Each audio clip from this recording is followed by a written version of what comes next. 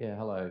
My name is Tim McCallum from Australia, and this morning I'd like to talk to you about our blockchain tools and services topic.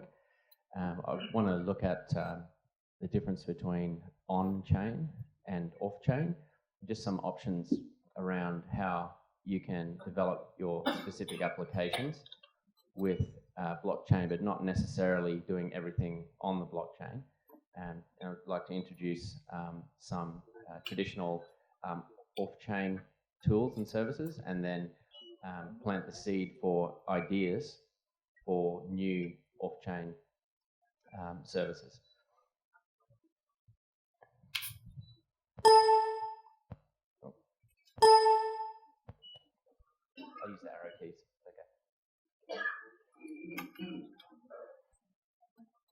Okay, so just before I start, I'll just have an overview. So I'd like to talk first about blockchain state, so introduce the notion of on-chain versus off-the-chain by explaining state. And I also would like to talk a little bit about the digital keys. Okay, then we're going to talk about blockchain storage and, of course, the difference between on-chain and off-the-chain. And then finally, we'll talk about blockchain computation and what's able to be done on-chain and then what's able to be done off-chain. So really the outcome I'm hoping for this presentation is to share ideas and resources and to help generate new and innovative thinking around this on-chain, off-chain system. And I'll give you some ideas at the end, and we'll build as we go along. Okay, so first I'll do this introduction to blockchain state using Bitcoin as an example.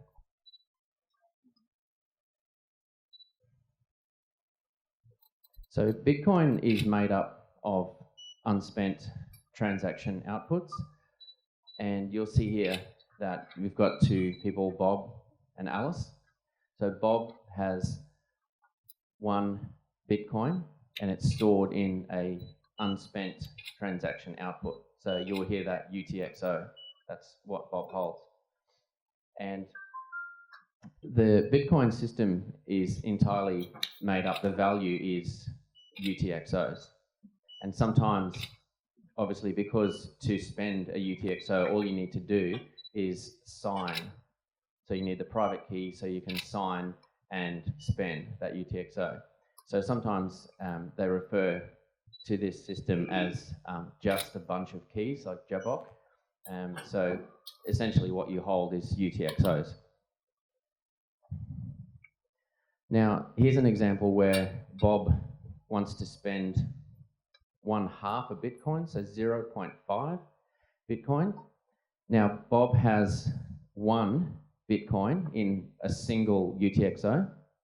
So when Bob creates a transaction, whether he uses his wallet or the command line or what have you, he has to firstly send 0.5 Bitcoin to Alice because he's buying something for 0.5 Bitcoin.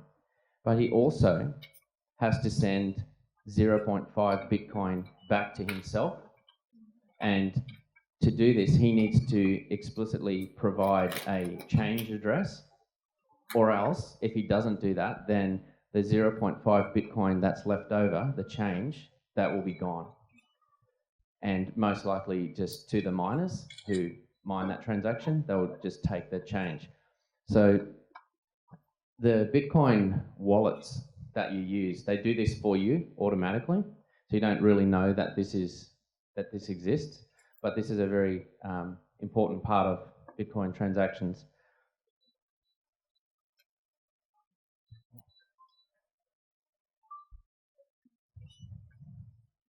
So if Bob or Alice, say in their current situation, they have many UTXOs, let's say 4, and it just so happens that each UTXO is worth 0.5.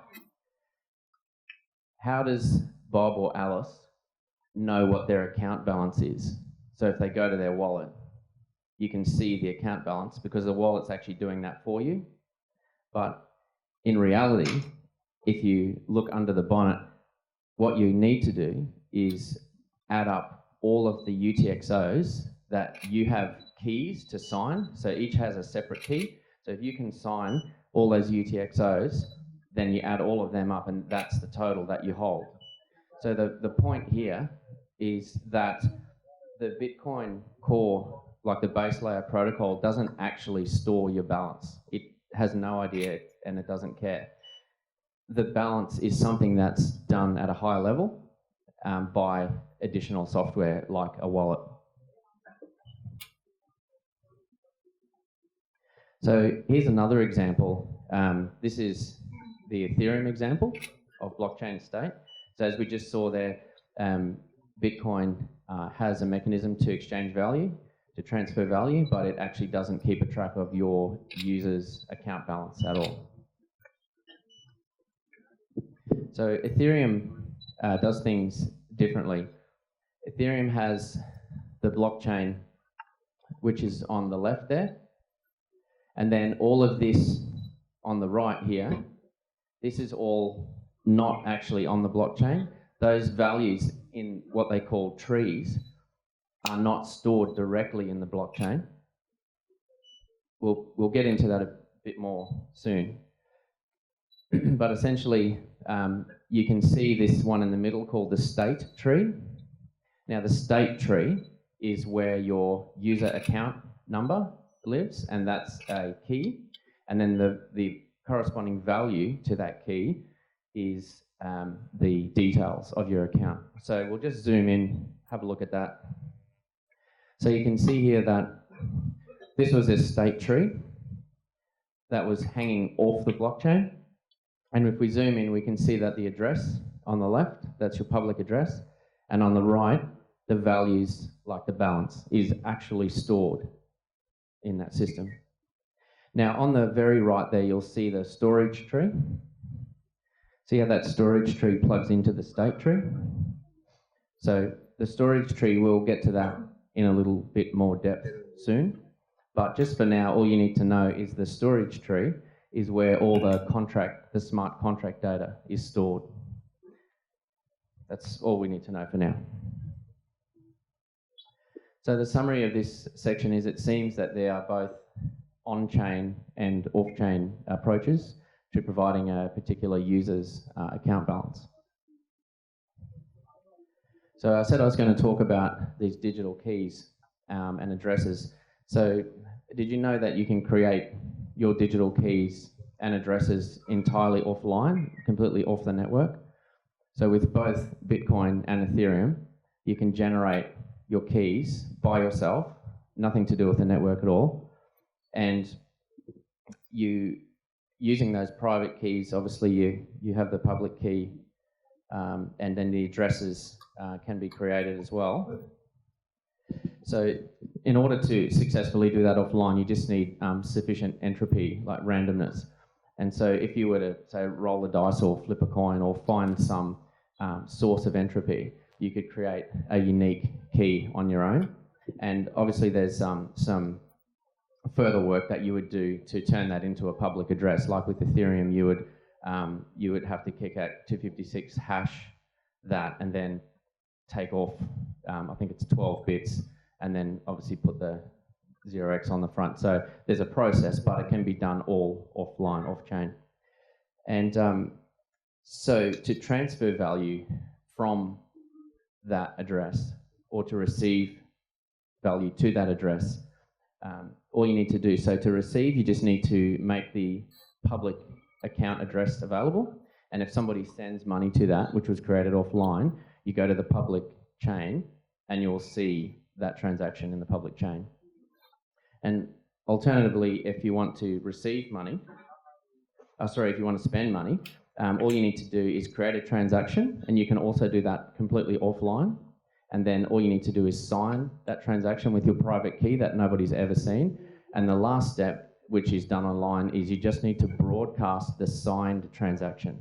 But that's a very obfuscated piece of information. So you just take that signed transaction, you broadcast it on the network, and then you will see that on the public chain, but everything else can be done off-chain. So it's just an interesting... Okay, so in summary of that section, the digital keys which are used to transact value can be both generated and stored entirely separate from the network.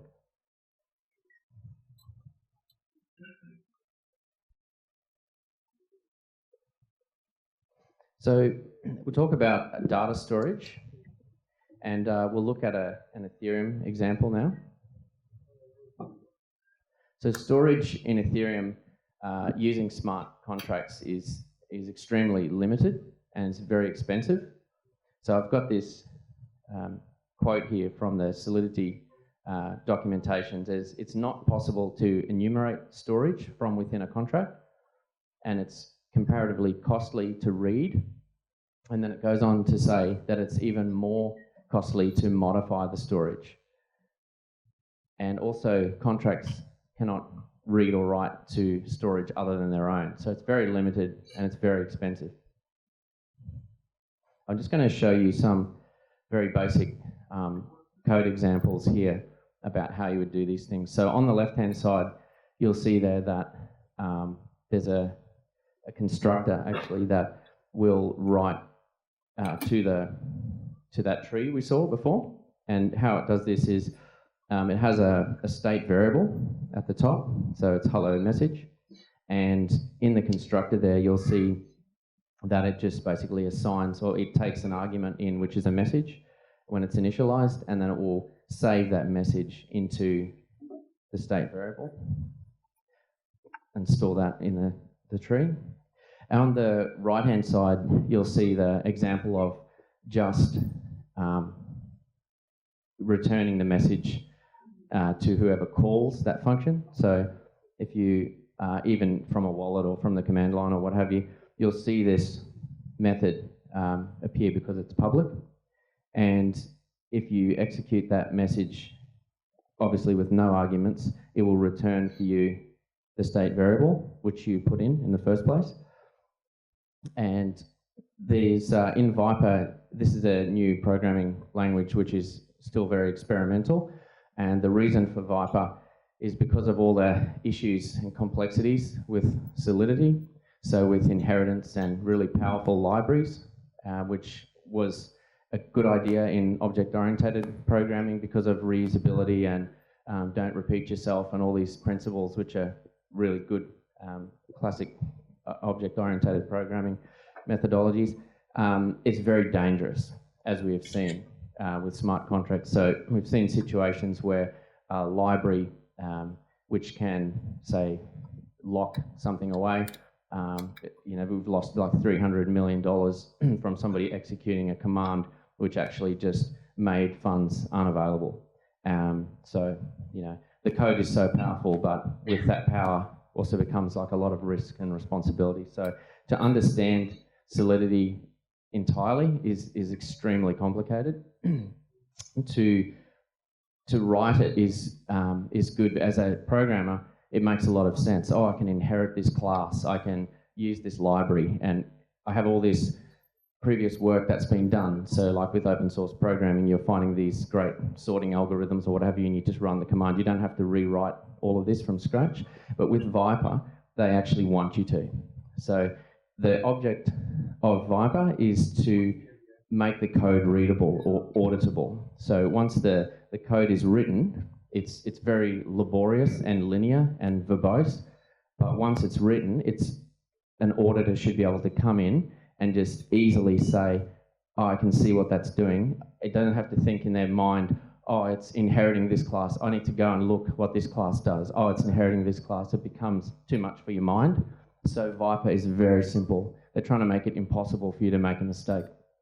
So they have these decorators, so these things here. And so with the decorator, you precede the function. So obviously that's a public function. On the next line down, you'll see the decorator constant. So what that's telling the compiler is that this function does not write to the state tree. It will only read from the state tree. Similarly, there's one called Payable. So if you prefix a function with Payable, then that function is allowed to transfer value. And if you don't have the decorator, then it can't transfer value. So for example, if you try to write the message to self hello message here, the compiler would just fail and that smart contract wouldn't compile. So can you remove contract storage? There is a way to actually remove storage from the Ethereum tree. Can be removed by using the self-destruct operation, which compiles down to opcode FF. And this essentially will halt execution. So whenever you call that in the contract, it will just halt execution and register that account for deletion. So if you have a smart contract with an address and it has data and everything, if you call that self-destruct, it will just remove all of that from the storage tree.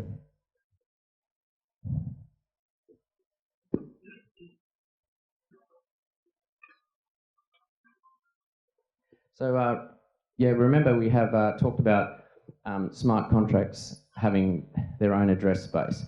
So like a user account, smart contract also has the same address. And this has caused problems traditionally in Ethereum where you're able to not differentiate between a user's account address and a contract address. And so of course, if you, for example, send tokens to a contract address, then you just lose those funds. So that's an interesting part of this. So this storage tree here is where all of the smart contract data is stored. Now how these trees work is the entire tree is, there's a root node hash, which is, so every time the state's changed, like for each block, the root node hash, just that one value, is sent through to the next tree. So in this instance, all of this smart contract relating to this specific instance of this address is hashed, put into that storage root, and then that state tree is also hashed, and the root node of that goes into the blockchain. So all you'll see, if you look at a block explorer, and go to a particular block number and look at all the data, you'll see one value, which is the state root hash, and that value links you into this tree, and then that storage root value will link you into this tree, and that's how you traverse the data and the information inside. So it's obviously very different to Bitcoin, which is, as we showed before. So there's another way to write to Ethereum with data. So of course, firstly you can write to those trees. The other way to do this is to use the log events. Now, this is quite a different way to write data into the system. The good thing about the log events is the information that you write to the log is actually stored in the blockchain. So that's, of course, publicly available. And the way to access that is to go into the like Block Explorer, and you can find that there's a value in there which is essentially an indicator that the logs event has fired. And once you know that, you can then go through this path of looking into the logs and into the data in the transaction receipt, and you can actually read that. So a great example which I saw of using this is if you're waiting for confirmation of something to have happened in a smart contract, the programmer can write into the log file a particular flag that will show that this has succeeded or this has failed. And because that's on the public blockchain, you can have a third-party client like some sort of JavaScript or some sort of web-based program that can just scan particular addresses and particular information and look for that flag, that a confirmation of some event occurring. And then of course you can use systems like Twilio or whatever to actually fire off text messages. So maybe you're waiting for an order to be shipped or something, and so perhaps that could be a mechanism where you just get a text saying that this contract's being executed and it's being picked up or it's being delivered. So that's an interesting use of the logs, but they're permanent. So I'll just talk a little bit about writing information to the blockchain. So of course, as we've seen, it's very expensive and limited. And I'm just playing around with an idea, interested in on-chain storage compression using mappings. The reason for this is essentially that, I'll show you in a minute actually an example, but the basic idea, which a lot of these small text compression things use, is just to have keys. So in this case, like a 4-digit encoding starting at lowercase AA and ending at uppercase ZZ99, and that'll give you over 6 million unique permutations keys. And so in English, there's only about 500,000 words that are used. It's said that there's about 1 million. Some dictionaries only have around about 1 million, but if you really wanted to overestimate, you could say 4 million. There's plenty of keys to go around, so every word could be mapped to a very short key. So it's essentially just an encoding, decoding mechanism that could be used. So why on-chain storage compression? It's interesting, compression obviously works for large files, and you see this example here where you've got a small file. So say for instance you have like a buyer's name and address, something really small, and you just wanted to store that very small amount of data in like a log to fire off some trigger. If you try and compress that with anything traditional, it actually grows in size. So say my name and address, 75 bytes in a file. If I use tarbz or tar or zip, it actually becomes 200 or 188. So it's quite a lot bigger to use traditional normal file compression. So yes, in summary of this section, storing data on the base layer protocol is very costly and limited.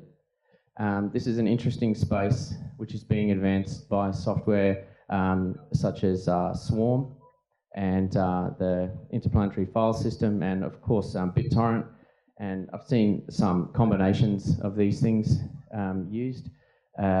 So sometimes I've seen I forget the company, but they were doing, it was a washing machine with runs out of detergent, and it creates a smart contract, and it was this situation where it was sending off text messages and reordering more detergent, and it was using a whole combination of things like BitTorrent and Ethereum smart contracts, and it was very clever, but hasn't really come to fruition mainstream. This problem is not really solved yet, so it's an interesting space. I'm now mainly I'm interested in researching sharing data securely, safely, so not only just sending public data, but actually allowing two peers to exchange data and have that encrypted and decrypted, perhaps by a third party, but with the third party not knowing what the data is, so just between the two peers. So blockchain processing, on-chain and off-chain. So on-chain processing in Ethereum, essentially the code that you write in the smart contract is compiled down to bytecode. And from a computational point of view, the bytecode can only execute the Ethereum opcodes that are available, so like addition, subtraction, multiplication, etc. I've just got a few examples there of these opcodes. They're in the Ethereum yellow paper around page 28. There's a whole list of all the opcodes. Interestingly, each one of these opcodes has assigned a specific amount of gas. So like I think addition is like 3 gas and multiplication is 8. And so there's a predefined amount of gas that's required to execute that opcode. So what about other computation? There's far more complex computation that we need. And so just lately, Ethereum's release, which is the Metropolis release, was split into 2 different releases. So the first version, Byzantium, introduced some precompiled contracts for doing crypto processing. And so these contracts are not written in Solidity or Viper. These are released as part of the base layer protocol, so they're actually in the Ethereum virtual machine. They're baked in there when it ships. The precompiled contracts are written in the Go programming language. One example is that big mod X function. and that implements a native big integer exponential modular operation, which is very memory intensive, so not really a good use of the Ethereum virtual machine on-chain. So you can find these all these new features in the contracts.go file in the Go Ethereum GitHub. So just wanted to talk about some different options here. Essentially, you've got, as we saw then, you've got the opcodes, and that's the issues around changing opcodes is that there's limited slots and it's very permanent. So once you create a new opcode, it's fairly significant and it's something that's difficult to change, to come away from. So with we're doing some work here with CyberMiles. We're trying to rethink at that very low level how these things could work. So if you wanted to do like proxy re-encryption or some sort of distributed peer-to-peer sharing, then you're going to need more than just the standard opcodes to perform these crypto functions. And so Ethereum a while back had this idea of like a native contract, and so this gives the community an opportunity to create specialist computations that they can optimize for different implementations. But there's an issue with that, which boils down to denial of service attacks. Because if you give somebody the freedom to create something customized, then they can do something like they can create a trapdoor function, and then they can share that. So this is an attacker. They'll create a trapdoor function and share that with their friends. And then they're in a position where they have this exclusive ability to solve these computations quickly. And so because they're the only ones doing that, they can combined vote to lower the gas price. And then once they've done that, then they can create a denial of service attack on the network. So giving a lot of freedom around like native contracts is dangerous from it creates an attack vector with denial of a service. So this is essentially why Ethereum moved to the precompiled contracts, because what they could do there is actually control what the precompiled contracts are, and they're very specific and they're very limited, and they have a set amount of gas. It's actually based on the input that you give the precompiled contract. But I'd like to invite you to think outside the box here a little bit, because the way that the CyberMiles EVM is being created, for example, is it's actually free to use. So there's no gas charged. Then, of course, as we know, the reason why we use gas is to prevent attacks, and obviously with the Turing complete system to ensure that we don't choke up the network with contracts that say never end. But with the CyberMiles model, what they're looking at doing is having the gas free for legitimate use, and then having pattern matching, sort of like similar to email spam detection, where if you see malicious contracts or malicious activity, so for example, creating 2 accounts and just sending money back and forth just to spam the system, that would be easily detected, and that person is punished with very high gas fees. And so bad actors will be charged gas, and legitimate proper use is charged 0 gas.